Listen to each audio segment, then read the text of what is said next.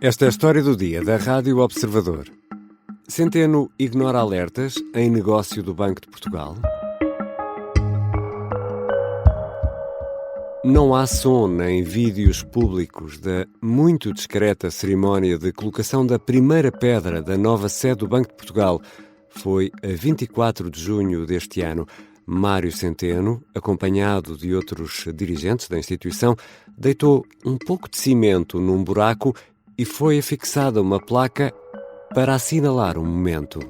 A nova sede vai nascer junto à estação de Entrecampos, nos terrenos da antiga Feira Popular de Lisboa, e o custo total da obra poderá ficar, calcula-se, entre os 235 e os 280 milhões de euros, e não nos 191 milhões publicamente anunciados.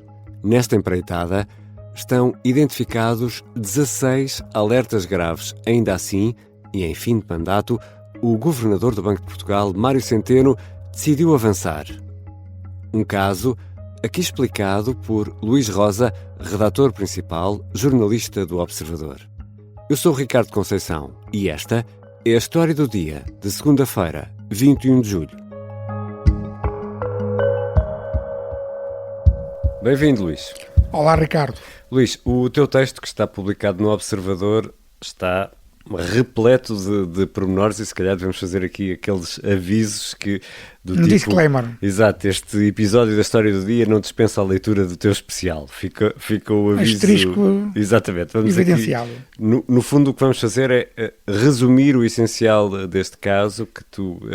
contas neste texto, neste especial, e no fundo, Luís Rosa, o Banco de Portugal, num processo que se arrastou durante anos e anos, quer uma nova sede em Lisboa. Esse é o principal objetivo.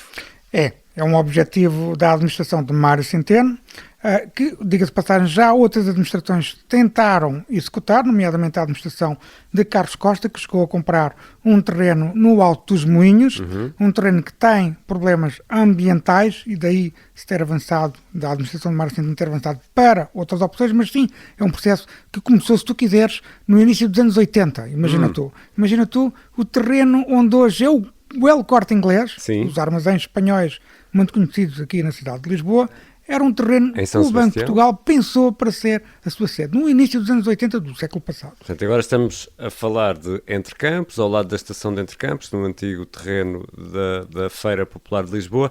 Afinal, que negócio é este, Luís? É importante começar por dizer que também os terrenos da Feira Popular, da antiga Feira Popular... Sim.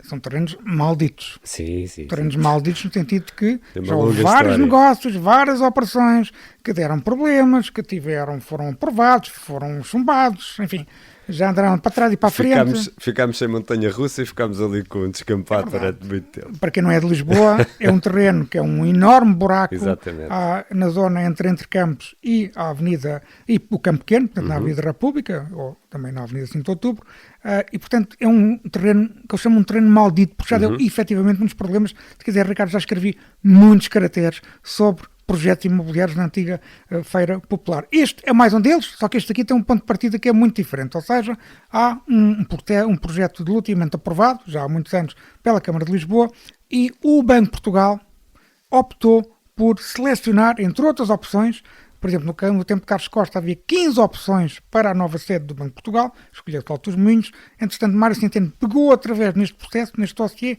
reabriu, e se tu quiseres, houve 5 opções em cima da mesa e foi escolhida a opção de Entrecampos. É um projeto da Fidelidade, é um projeto que está a ser desenvolvido pela empresa imobiliária da Fidelidade, é um projeto muito grande. A sede do Banco de Portugal vai ocupar apenas 2 edifícios de muitos outros edifícios que compõem aqueles empreendimentos. Estamos a falar de um negócio que, para já, foi assinado em termos de contrato de promessa, compra e venda de 191 milhões de euros. É esse o vínculo jurídico a que o Mário Centeno comprometeu o Banco de Portugal. Esse terreno e edifício? Ou...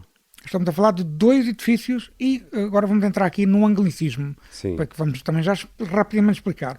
Este é um negócio em formato Shell and Core. Ou seja, traduzindo, é um edifício em que o Banco de Portugal apenas se comprometeu a pagar 191,99 milhões de euros à Fidelidade por 2 edifícios em tosco. Ou seja, estamos a falar do esqueleto do edifício. Ou seja, são no fundo quase que edifícios em bruto, em que vai ser preciso ainda fazer tetos falsos, pavimento, casas de banho, os mobiliários da casa de banho, os mobiliários de tudo. Ou seja, uma coisa é o shell and core, que é o esqueleto. Outra coisa é o fit-out, que é outro anglicismo que eu aprendi. E o fit-out é o quê? Fit-out é o recheio. Isso soa-me caro. Isso é caro. E é precisamente esse o problema. É que o Banco de Portugal comunicou, numa comunicação que, estou a ser factual e objetivo, não é completa. O Banco de Portugal diz-nos que é completa e objetiva, mas efetivamente não é. Toda a documentação interna a que nós tivemos acesso é evidenciada, é claro desde o princípio que o Banco de Portugal está a comprar um esqueleto do edifício. E o fit-out, que é o recheio do edifício, revestimentos, tetos falsos, mobiliário em todo o edifício. Estamos a falar de 2 edifícios com 29 mil metros quadrados, estamos a falar de uma área muito grande, e portanto estamos a falar também de um adicional de investimento. Então quanto é que isso pode ficar tudo? No final, podemos estar a falar de um valor total, não é 191,99 milhões de euros, mas sim, nós estamos a dar um intervalo generoso de 235 a 280 milhões de euros. Porquê? Porque o fit-out, ou seja, o recheio, pode custar, este primeiro valor que eu te vou dizer, é um valor que o próprio Banco de Portugal tem conhecimento, porque está na documentação interna do Banco de Portugal, ao qual nós tivemos acesso. Estamos a falar de um valor de mais 43 milhões de euros, só para fazer o recheio. Para azulejos, vamos dizer assim. Exatamente, mas nós, de acordo com fontes que nós consultamos, fontes conhecedoras do mercado imobiliário e que trabalham no mercado imobiliário, este valor, tendo em conta que o cliente é o Banco de Portugal, ou seja, estamos a falar de um cliente, se tu quiseres, de luxo, hiper mega luxo, se tu quiseres, podemos estar a falar de, no máximo, de 87 milhões de euros, que se somam aos 191,99. E é aí que chegas aos tais 280 milhões. É aí que eu chego aos tais 280 milhões. É um intervalo. Mas atenção que este projeto pode ter muitos problemas. Claro, e sim. E também pode provocar adicional de custos. E vamos falar deles. O negócio foi avaliado por técnicos do Banco de Portugal e também por advogados, e é aqui que começamos a entrar em vários problemas. Foram encontrados vários sinais de alerta, vou dizer assim, Luís. É importante que todo o nosso especial, como é costume aqui no Observador, nas peças que eu assino e que todos os nossos colegas também assinam, esta peça está totalmente documentada. E é uma peça que está documentada em documentos internos do Banco de Portugal aos quais nós tivemos acesso. Nomeadamente 2 relatórios de due diligence, ou seja, assessores contratados pelo próprio Banco de Portugal, assessor jurídico Servo, escritório de advogados Servo, um dos melhores escritórios de advogados de Lisboa e do país, e uma empresa de engenharia de fiscalização com engenheiros e arquitetos que se chama FICOP. Ora, estes 2 assessores alertaram o Banco de Portugal em outubro de 2024, quando o Banco de Portugal já estava a negociar com Fidelidade. Atenção, este projeto, tendo em conta os requisitos de segurança e outros requisitos muito exigentes do Banco de Portugal, este projeto tem muitos problemas. Tem, nomeadamente, no que diz respeito à FICOP, o assessor técnico levantou 9 situações de alto risco, e estão a vermelho, se tu quiseres, e o assessor jurídico Sérvulo Correia levantou 7 red flags. Ou seja, há 16 avisos vermelhos, vamos dizer assim. Há 16 avisos vermelhos, é certo. Já regressamos à conversa com o Luís Rosa, redator principal do Observador, e afinal, que avisos vermelhos são estes e por que não parou o negócio? Esta é a história do ano em que 2 grupos terroristas internacionais atacaram em Portugal. Quando vejo o indivíduo com a arma apontada em direção a mim, eu disse, vou morrer. Um comando paramilitar tomou de assalto uma embaixada em Lisboa e uma execução sumária no Algarve abalou o Médio Oriente. Dirigi-me para o átrio do hotel onde vi o homem ali morto. 1983, Portugal à queima-roupa. É uma série para ouvir em 6 episódios que faz parte dos Podcast Plus do Observador. É narrada por mim, Vitória Guerra, com banda sonora original dos Linda Martini. Estreia a 22 de julho. Os Podcast Plus do Observador têm o apoio da Kia. Estamos de regresso à conversa com o redator principal do Observador, o jornalista Luís Rosa. Luís, não vamos conseguir ir a todos os pontos de alerta. Leiam especial. Exatamente, fica aqui mais um apelo para a leitura do especial do Luís Rosa, mas vamos falar aqui de alguns destes pontos, destes avisos vermelhos.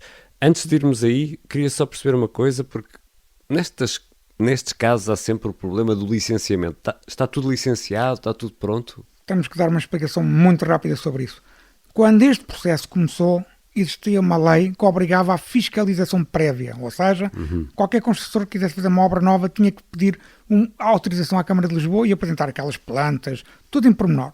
E tinha que haver essa fiscalização prévia e depois a autorização da Câmara. A lei foi alterada pelo governo de António Costa, houve o simplex urbanístico, e então o que aconteceu? Essa fase de licenciamento prévio, ou fase de fiscalização prévia, foi eliminada. Logo, esta obra, que tinha um processo de licenciamento aberto, esse processo de licenciamento não foi concluído e foi transformado em comunicação prévia. O que acontece agora, e a própria Câmara de Lisboa diz-nos isso oficialmente, é que a Câmara vai ter que fazer uma fiscalização sucessiva. O que é que a Fidelidade informou? Como vai ter que alterar de forma muito profunda o projeto, por causa do Banco de Portugal e por causa dos requisitos do Banco de Portugal, vai fazer essas alterações em obra, o que é uma coisa muito arriscada. Pode ser arriscado. Então vamos olhar para outros pontos, para outros avisos vermelhos neste caso, e vamos olhar para os edifícios. Ora, o edifício do Banco de Portugal, e se recorrermos ao nosso imaginário de pensar em filmes e séries... Pensamos em dinheiro, pensamos em informação... Deve ser um edifício sólido e muito isolado. Escuro. Portanto, não deve dar para abrir um buraco numa parede ou fazer um túnel.